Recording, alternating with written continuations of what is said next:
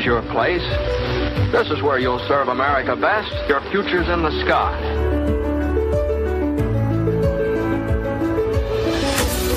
You see, the way the Air Force Reserves feel about it, they're fighting and they're flying for the safety of our people at home, our mothers and fathers and our sisters and brothers. America will have overwhelming superiority in the air.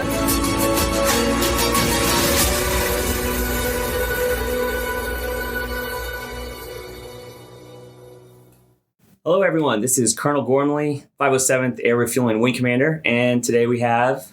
I'm Neil Lambrecht, the Executive Director for the 507th Maintenance Group. Chief Wiseman is not here with us for this episode. We decided, because Chief and I are both going to be moving on in the next few months, that we wanted to bring the second string in. So we brought in Neil.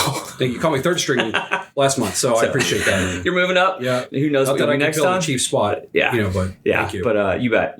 We brought Neil in for the first time last episode, and you did pass with glowing colors. All three listeners said they loved listening to everything you had to say. So welcome again. Thank you. And today, what we decided, we wanted to find someone here on Tinker, someone we work beside every day, and our Navy partners is who we asked to come over and just sit down, talk about what they do, how they do it. And there's so many cultural distinctions and nuances that I thought it'd just be a fun thing to talk about. We see you when we look out every window. We can see the entire Navy complex over there, if that's even what you call it. So I thought it'd be a good neighborly invite. So would you mind introducing yourselves? Sure. Thanks, Matt. Hey, so Captain Britt Windeler here. I'm the wing commander for Strategic Communications Wing 1. So we're the wing that flies the E-6B Mercury aircraft doing the TACMO and the Looking Glass missions. And it sounds like we'll probably get into a little bit of that during our discussion. All right. And also Command Master Chief Jake Stovall. I'm the CMC over at Stratcom Wing 1, working for Commodore Windeler. Pretty much as a senior enlisted advisor, helping him deal with all the issues and things we got going on with sailors. So. All right. So obviously we're in Tinker. We're in the middle of Oklahoma. So I'm sure you guys are asked this all the time. Why in the world would DOD decide to put a Navy contingent here? Like, what was the decision making behind it? Sure. So great question. And CMC Stovall, I apologize in advance. He's heard me talk about our mission probably twice today and about 30 times. So that's what I figured. Head starts nodding. That's my fault. But okay, so great question. So in the 1960s, the Navy realized they needed a way to communicate with ballistic missile submarines, a way that wasn't fixed on the ground, i.e. a target. So the Navy told action officer of the Pentagon, hey, take charge and move out and figure out a way to do this. Take charge, move out became TACMO, or TACAMO, standing for take charge, move out. So what the Navy did is they put a very low frequency VLF radio transmitter on a C-130. Enabled basically the aircraft to move around and not be a target, and for the president to be able to always control ballistic missile submarines. So that was on a C-130, and that was based out of initially Bermuda, then moved to Patuxent River on the East Coast, and Hawaii for the West Coast mission. In the late 80s, early 90s, the Navy recapitalized the C-130 with the E-6B Mercury. So Boeing 707 airframe, similar to KC-135. A little bit different, but that aircraft, we bought 16 of those, and the Navy decided to consolidate here in the middle of the country because we were postured against the Cold War threat of ballistic missile submarines from our adversaries. So there's more warning here if we have those jets in the middle of the country. So that's how we ended up at Tinker. There was some goodness there as well that the Air Force OCALC does depot maintenance on 707 aircraft. So we can tow our aircraft across the ramp if they need heavy maintenance and get that done for the E6s. So in short, that's why we are here at Tinker. But we fly mainly out of CONUS locations, out of Pax River, Maryland, Travis Air Force Base, California, Offutt Air Force Base, Nebraska. So lots of interaction with the Air Force. Flying that mission. And just personally, I've been here at Tinker on and off since 2001. So I have a lot of familiarity with the area and with the 507th mission. Well, you were walking in today. We met out in the parking lot. You were walking in. You asked about a fountain that used to be on the... I didn't know that. So there was a fountain right outside our front office here? I could have sworn there was a fountain and a little water. Well, we're going to start that rumor now. So I'm going with there was. Some sort of water feature right outside the water feature. The door to your building. And maybe there's some folks that have been around here long enough to remember that. Water feature. Or that's maybe I'm off my rocker. And you were stationed in your early 2000s, you said? I was, yeah. Okay. So the way the Navy works is for flyers, they try to keep you with the same type model series.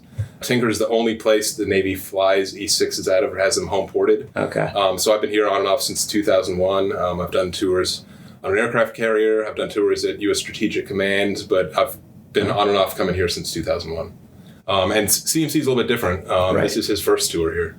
Yeah, first time in Tacoma. I was actually raised in the Navy as an aviation electrician, and I was part of the H-60 Seahawk community. Spent first 15 years of my career being a maintainer for H-60 helicopters, and transitioned from there over to F-18s. Did one tour with F-18s, then moved into the command program, starting to do like the senior enlisted advisor stuff. Did that for a little while with some RDT and E squadrons out in Pax River, and then had some sailors at my first command as a command senior chief, VX-20, that rotated out to Tacoma here at Tinker, and thought it was pretty awesome and interesting what they do out here, and was lucky enough to get orders out here. So pretty cool. Yeah, Commodore gave you the real reason why we're here. I like to tell people we got a secret submarine base at the bottom of Lake Hefner, and see their eyes light up.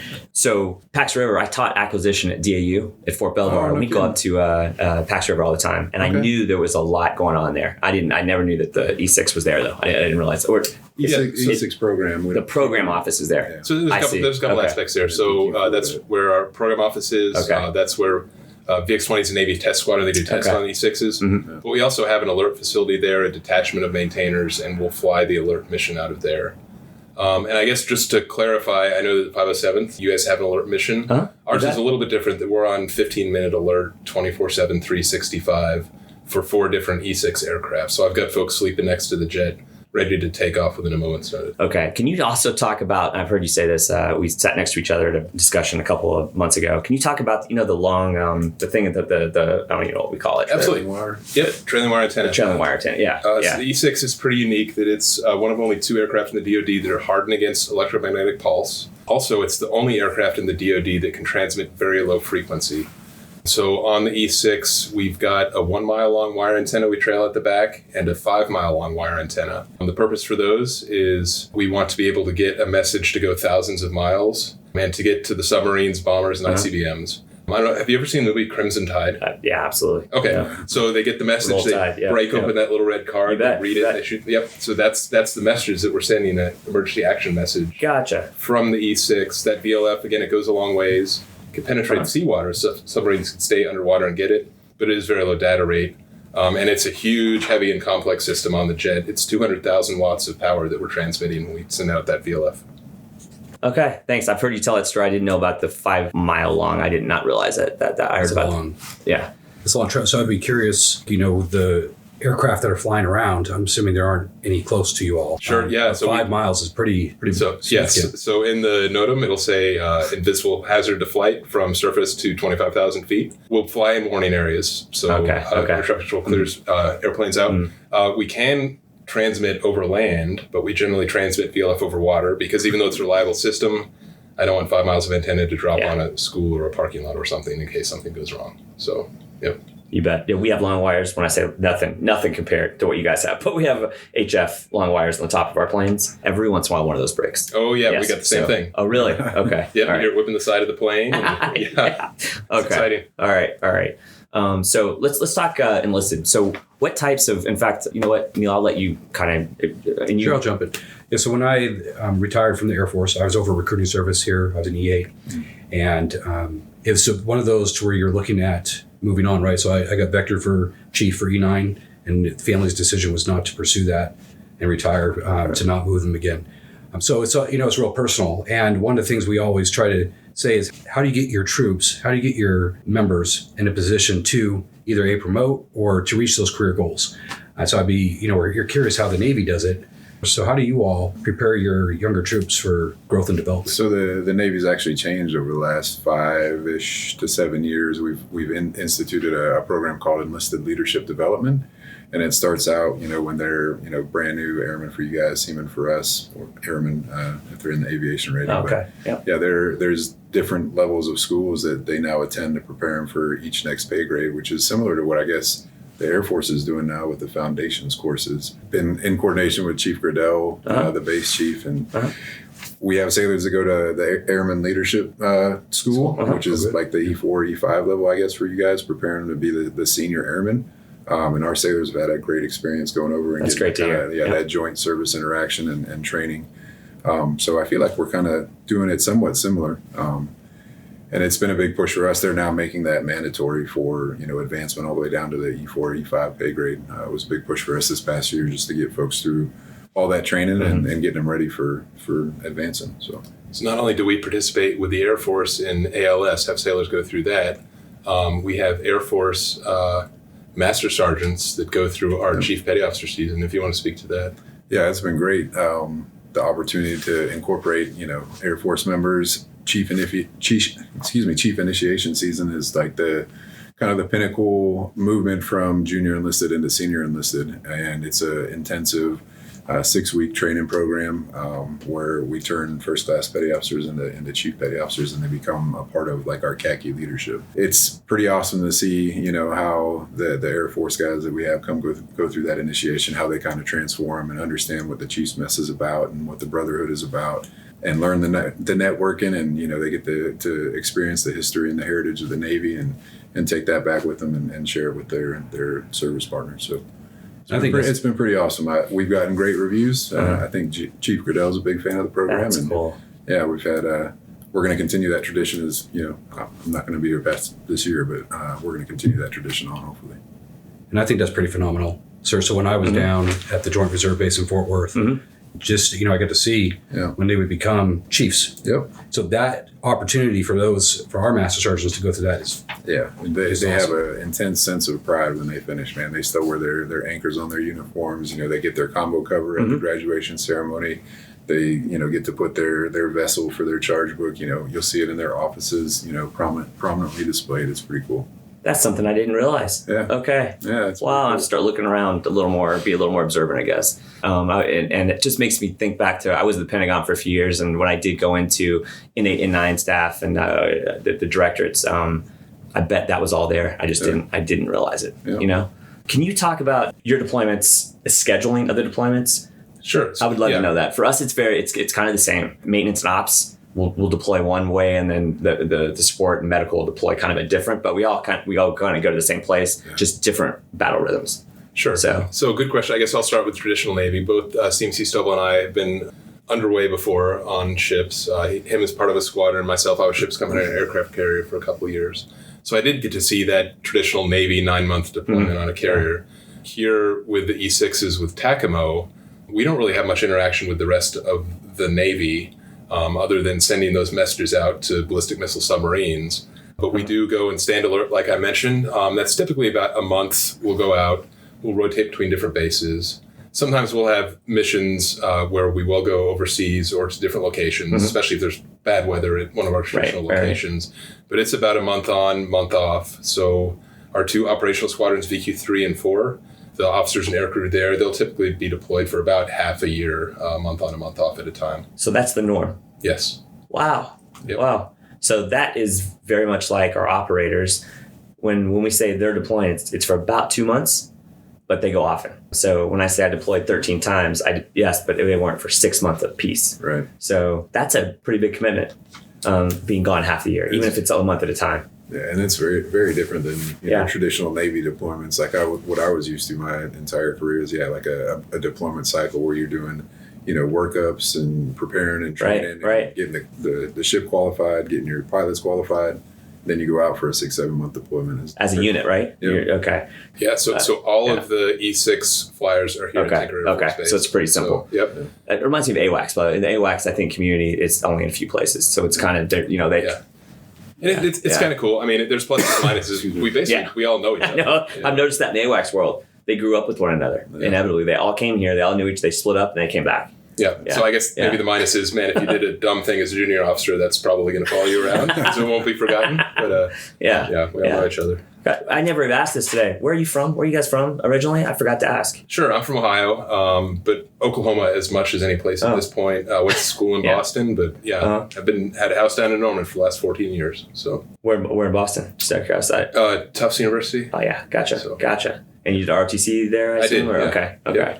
Gotcha. And CMC, where'd you? Denver, Colorado, sir. So born and raised all the way up until the time I joined the Navy at 20 years old. I actually joined out of the MEPS in Denver. So I went to the Air Force Academy. Of course, Colorado Springs, went to Denver every weekend. Yeah. A lot of stories about Denver. Not all. Most people are the opposite.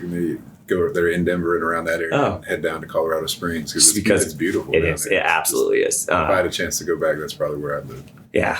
In fact, that's where Colonel Brader, our deputy, that's where he lives in Colorado Springs, just north. And so he flies out of Denver all the time. Right on. Yeah. But I'm from Tennessee originally, and he's from Boston. That's why I asked. So I was born in Brunswick, Maine, actually, right next to and I was going to ask about the Brunswick Naval Air Station. Yeah, my dad went to Bowdoin. Okay, yeah. Familiar. I did SEER school up in Brunswick. Yeah.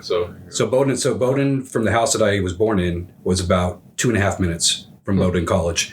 And grew up there. My grandpa was in the Navy. He was a commercial fisherman out of Cundy's Harbor, which is one of the questions I was going to ask too, is because people ask me with my Navy, heritage, what made me join the Air Force? So I'd be curious, when you all were looking at joining the service, what made you join the Navy? I just got to say, you don't sound like you're from Maine, basically. So I actually... Is that a thank you? We moved... Well, I moved... That's what we're about to say. It's very interesting. So the harbor accent from up there in Maine, we moved to New Hampshire when I was 12 years old. So I actually consider Portsmouth, New Hampshire is where I grew up.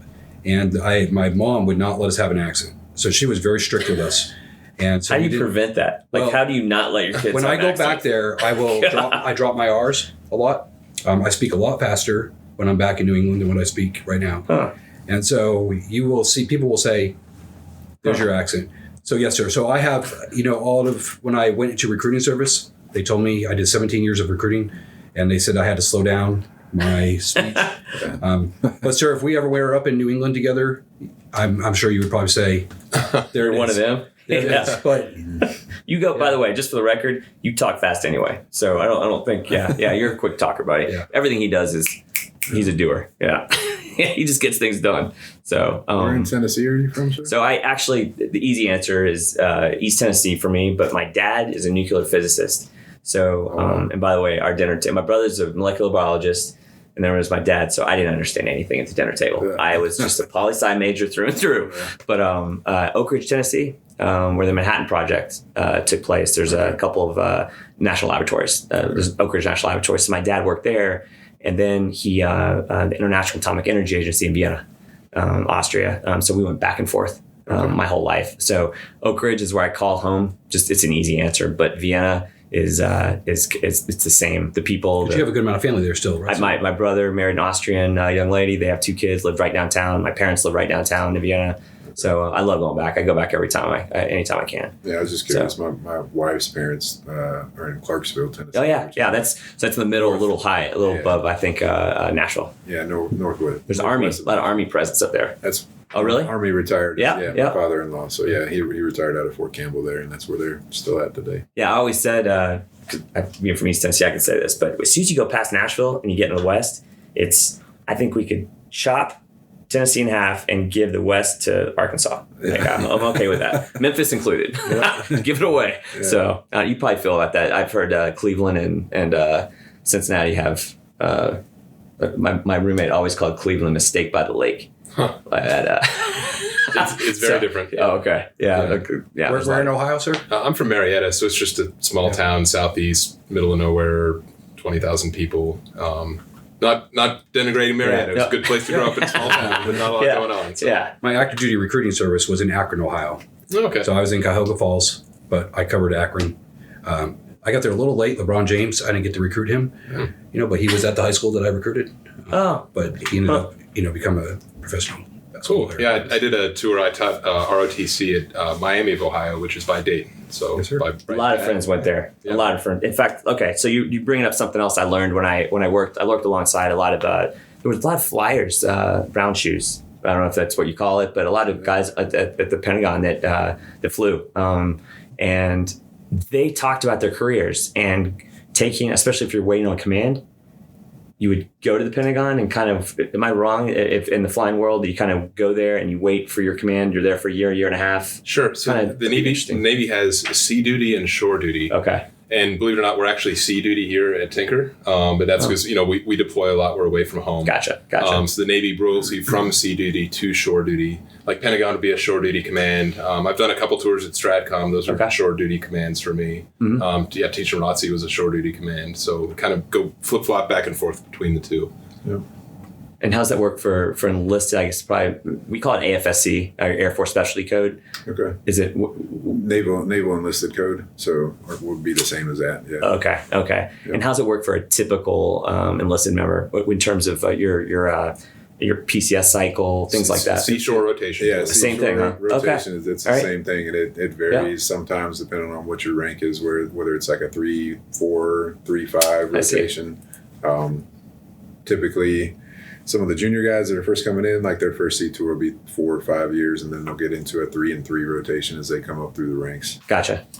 We do have a pretty good deal here at Tinker for especially our enlisted air crew, that they can roll from sea duty in one of our operational squadrons to shore duty at the wing or the training squadron, and they'll be active duty, but do full 20 plus year career here. You can pretty much homestead VQ7, TWS, our weapons school, and then the wing are all shore duty commands, and then VQ3 and VQ4. Like you said, it comes with pluses and minuses. That's a plus and minus, I'm sure. I'm sure you can. Yeah. Just from the outside looking in, not being a career TACMO person myself, there is some groupthink that happens, and some, of course, a little bit of, you bet. We've been doing it this way a long time because this is what works, but I feel like you do bring a good outside perspective, and somebody that does a kind of an honest assessment of what's going on. You bet. Can add something to the team. And as a leader, and so I'll speak for the active. I won't speak for the active duty. I'll speak for the reserves. But I do know, having been active duty 10 years, as a reserve, especially as you start climbing in responsibility, and you become a squadron commander, group commander, wing commander, the expectation is to move in the reserve now. Much like active duty, they want you to do what you just said, kind of spread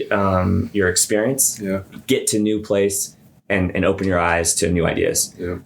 And so on the reserve side, especially at the 06 level, we're moving when I say we're moving, it's still a part-time job typically, but we're moving often now to those jobs to get that experience. And as a young officer, you're thinking, why?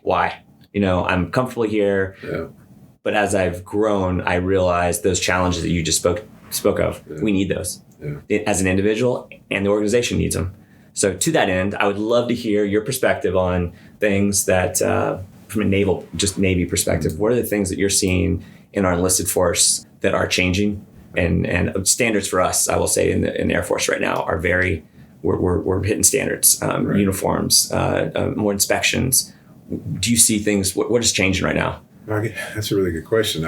We have struggled with recruiting. I don't know if it's the same with the Air Force over the past, 5.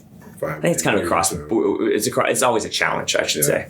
Yeah, and I guess one of the things that I observed as we were going through those recruiting challenges, man, is we had some standards that maybe weren't quite as important as what we had enforced in the past. Like we changed some rules for the PFA program, or physical fitness, some waivers for different things. As did we? Yeah, allowing some folks that maybe would have not stayed in previously to continue service. And I guess I observed that. Not trying to put you on the spot here. As we were going through that period, I feel like now that recruiting's kind of going back up, maybe some of those things will change again. But I guess from my perspective, I'd also add, and I think this is, over the past maybe 10 plus years, I think that nowadays folks, they want to not just push the I believe, but they want to understand why it is they're doing the thing that they're doing. Yeah. So I get it in the military. If you get an order, you carried it out. Right. But what I tell our leaders is, hey, if you have the time to explain to sailors why it is that we're doing the thing that we do, you're better arming them with that knowledge. Yep. So if they need to be flexible, to accomplish the mission, and just so they understand and appreciate why we're doing it. So when it comes to when you have sailors that come to you with concerns, I would like to go back, if each of you could say what made you join the Navy.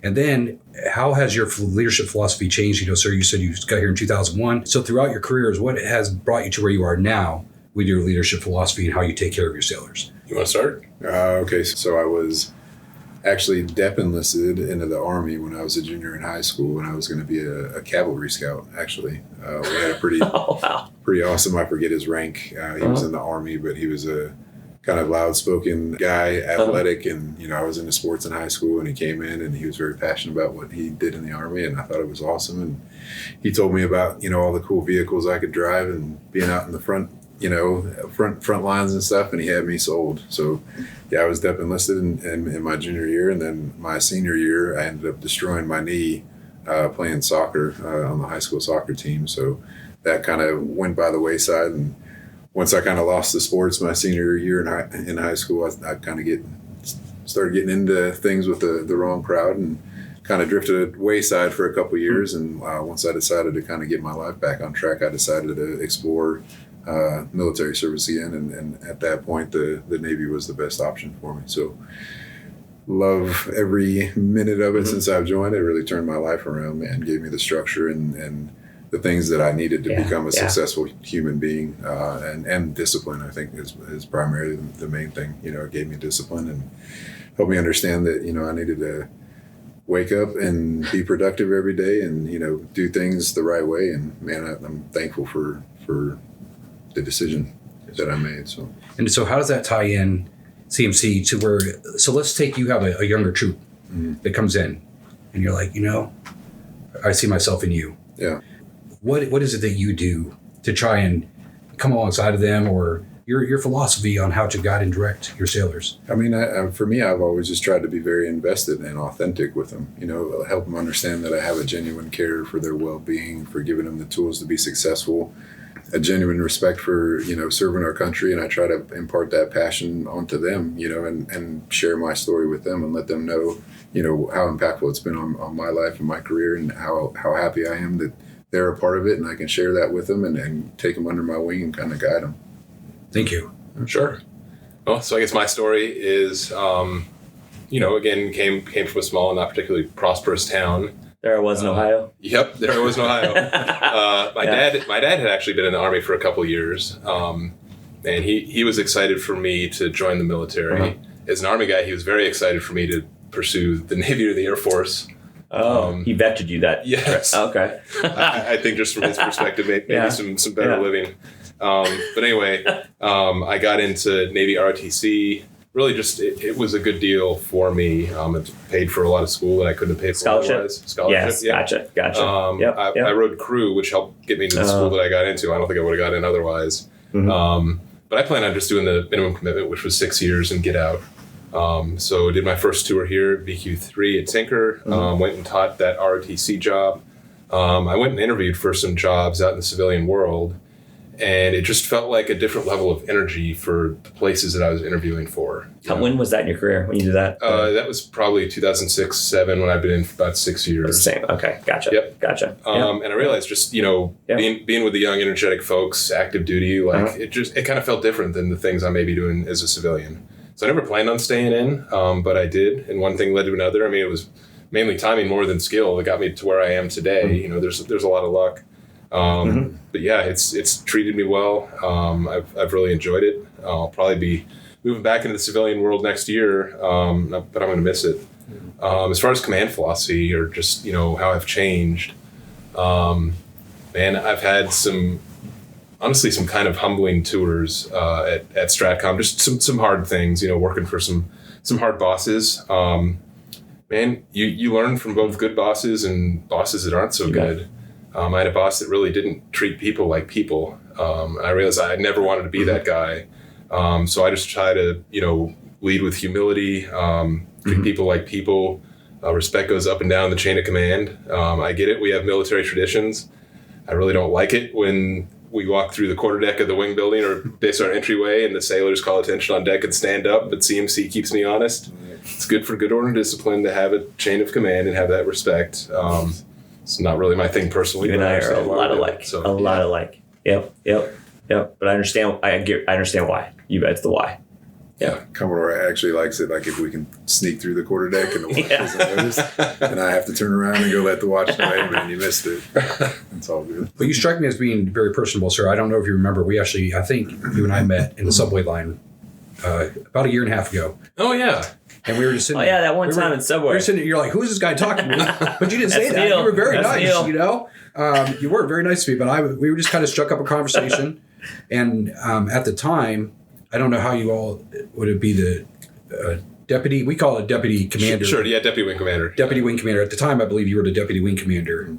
Is that correct? Yeah. About a year and a half ago. I totally forgot about that. I'm glad that's the impression that you took away. It was a great impression. I can be kind of an introvert. I try to be personable, but no. So are you guys staying? You're going to retire the next year? Yeah, I think so. Okay. The Navy, as with the Air Force, moves you around a lot. Yeah, I've moved probably 12 times the past 25 years. Gotcha. Just looking to settle down somewhere. So. And so you don't know if it'll be here? It'll probably be here. Okay. All right. And what do you think, CMC? What are you doing? Retiring here in a couple months, sir. So, Really? Yep. It's the end of the road for me, at least active duty wise. Right. Kind of the same thing that we've been talking about. The next job for me in the CMC chain would have been the next step up in my career would have been a move back to Pax River on the East Coast.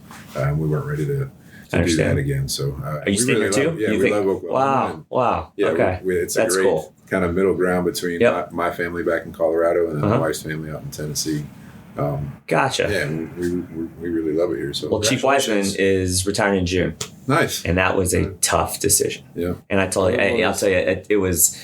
I know he's doing it for his family, for all the right reasons, because he puts 110% in everything, as everyone, I can tell, as you do. And being a traditional reservist, he's got a full-time job, and he's trying to balance this and give it everything. And I think it's just now time to focus on his family. Yep. But we're going to miss him. Air Force Reserve Command is going to miss having someone like it at his level. Yep. It's a tough decision. Yeah, I can only imagine. And I talked quite a bit about it when it was time for me to make the call. I'm going to miss it 2 minutes. I remember when he walked in. He goes, "Boss, I figured out what I'm going to do." And it was a big moment. I won't ever forget it. And last night, he put together our awards bank here at the Reed Center, and it's about just under 300 people going, and he's organized it from St. Louis because he's not here. Oh, wow. And it's going to be magnificent. I mean, the details are just impeccable. But and I asked him last night, I go, "Chief, when you don't have this, like when this is, what are you going to do?" And he goes, "I don't know." He said that. Yeah, we're institutionalized. Yep, it's Shawshank Redemption. Well, that's a whole nother discussion. He invests so much. I mean, he's going to be a huge loss. Chief Wiseman is. Yeah. I mean, You're right. He invests so much. He cares. Yeah. Cares. Yep. It's obvious. Last question. So you live here and you're going to stay here. You don't live on base, right? Do not. No. That's what I thought. Okay. Because normally the active duty leadership try and live on base. On that, I thought that was almost every. But so you guys being, I guess, a tenant, is that kind of? I think that's more an Air Force. Oh, okay. I didn't know that. Okay. Yeah, there's not a big push from the Navy for us to live on base. Oh, yeah. I haven't lived on base since I was at E5. Really? Yeah. Oh, okay. And I'm not saying it's not. I will say though, it is more common for people to live on base. It absolutely is in the Air Force. But it's had a nicer base housing typically. See, I wasn't going to go that direction. I wasn't. But when I talk to my daughter, who's a senior in high school, about the services, I tell her straight up, please forget that I'm in the Air Force. That's hard to do to my daughter Paisley. But if we're going to talk about the services, I do want her to go in the Air Force. I do, because the housing's pretty good. It is. One of the main, I'm joking, but one of the reasons is I do feel like we take care of our people. Yeah. And I have been able to see the other services, and I'm very impressed with the Air Force's. The norm is, I feel like the standard it's a good standard. It is. So anyway, that's nice for you to say. All right. Well, I think we've hit a lot. I wanted to have more jabs at the Navy. I should have prepared jabs because I know there's probably some Air Force jabs you could have put, and it would have been good. But sure. Well, I got a fun one. That, all right. Yeah. So being a Navy captain, it's just weird that Army, Air Force, Marines have a 03 captain and Navy is 06 captain. I do find being on an Air Force base that when I call another organization on the base, if I say, "Hey, this is Captain Windeler from the Navy side," I get a lot better customer service than I do if I just say this is Captain Windeler and don't let them know that I'm Navy. So, do you say CMC or Chief when you call on base? What do you say? CMC. CMC? Yeah. Okay. Yeah. All right. Then they have no idea. Yeah, that's right. Yeah. So, sir, when we were down at Fort Worth, we had a captain in the Air Force, and he could not reserve. It was some type of court. He wanted to reserve something at the gym, but they would only let the captain do it. So he would say, "This is Captain so-and-so." And so they would reserve the court for him. And he'd show up and they're like, he's like, "Well, I am a captain." But the funny knock of myself, I was doing a retirement for the wing chaplain, the base chaplain down there at the Joint Reserve Base for the Navy. So it was very cool to be Air Force to do that. And I said, "Okay, can all the boatswain mates line up?" And it's boatswain. Right? Am I saying it? Bosun. It's bosun. So I said boatswain because that is how it is spelled.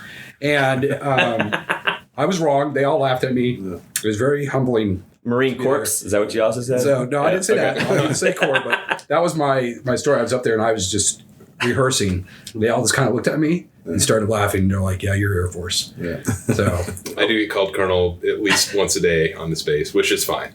I take no offense at that. Last thing I wanted to ask, you are transitioning to a new airframe. We are. When is that happening? What's going on there? So the Navy didn't buy enough E6s. We only bought 16 of them. Again, we share something in common. Your planes are a lot older than ours. Yeah. But just availability is a challenge. So the Navy does have a funded program of record. We're transitioning the mission on the E6 to a C-130 platform, and it's officially going to be called the E-130J, so E-130J. We're going to be buying a lot more, keeping it on class, we're going to be buying a lot more of those aircraft than we bought E6s. Okay. We're building the first 3 starting now. So those are going to be for tests, but I think we'll start seeing them show up on our flight line within the next 5 years. Because I've heard mixed messaging on, it's not our place to have an opinion on the program, but more of the airframe. I think everyone is used to this airframe, and so switching, I'm sure, has some emotional. We actually used to be there was 130 prior to that, so it's going back. I didn't know that till today. Yeah. I didn't realize that's why we got the C-130 on a stick in front of our building. Yep. So again, the Gotcha. E-130, Okay. It's not going to have the speed or the range of the E6, but it can land at a lot of places the E6 They can't. can. You bet. It can loiter for a long time, and it can do that VLF transmission really well because it's flying pretty slow. So there's definitely That's some a great. benefits. And no one's ever put it in that context. I've only heard the downsides. People are, it's not the same. It's back to change. It's not the same. So people have a hard time, I think, accepting that. And we'll still be taking gas from you guys. Slowly with our flaps down. Yeah, our AOA is right up there when we're refueling 130s. We do that in the desert a lot. Really slow. All right. Any closing remarks? You got anything, Neil? Anything? I think that it's awesome to be able to spend time with you all. And we don't do this enough. The leadership team, we see the sailors on base, and like I said, I've stationed different places with the Navy, and growing up there in Brunswick, that's pretty much what I saw. But to be able to be here with you today, I thank you for that. So thank you for coming out. Yeah, I would every once in a while I would go to the Pentagon. I was a civilian. I was teaching at DAU at Fort Belvoir, and I'd go to the Pentagon and I'd change into my flight suit and then go fly at Andrews. I was a reservist at Andrews, and leaving I don't know why I'm telling the story, but leaving the Pentagon. Your junior enlisted have their whatever, I'm not sure what it is on their hat, but it looks like a full colonel. I saluted every junior enlisted, like my E3 there was out there. And I was a kid, an 03 at the time. I didn't know better. I still don't probably, but that was funny. I thought about that earlier today. Yeah, I saluted a lot of enlisted folks. We call it their crows. Our petty officers have. Okay. Yep, done that many times. And I didn't even think twice. I thought, it doesn't even matter. I'm just always salute when in doubt. So I'm sure they appreciate it. Yeah. But again, like Neil said, thanks for doing this. I know coming into a nice building like this probably made you feel uncomfortable. So I want to, but this is how the other half live. Yeah. This is, we got coffee makers. Windows. It's funny that you mentioned that. Our alert facility at Travis, for a long time, it was a condemned Air Force building that we took over. We continue to be the recipient of a lot of gym equipment. The base has decided it's not nice enough for them anymore, so we get our hands on that. So, well, I'm sure we got some old stuff that we'll send your way. Don't hand me down. Let's keep this going. But thanks again for taking the time to come over. Just appreciate everything you guys do over there, even if we don't know what you're doing on a day-to-day basis. When we come into our wing every day, I see your planes out there. I see your maintainers out there. Every once in a while, I see a crew doing a walk around. So although we're side by side neighbors, it's just nice to get to know what you do, who you are, and it provides greater context to the Tinker mission, because it's such a massive place. So thanks so much for coming over. You got anything else? Yeah, I think Matt and Neil, just thanks for having us in the opportunity. Yeah, thanks for the invite. Every opportunity that I've had to kind of do a joint thing and learn more about the Air Force and betters myself, and I think the opportunities that we get to do that with our sailors too, it benefits them. So appreciate it. And CMC Stovall, you have a radio voice, buddy. Oh, really? So after this, it's in your future. All right. Yeah. All right. We will see everyone back for episode 7 next month. Thanks so much for listening. And this war we're fighting today and tomorrow and the next day until we win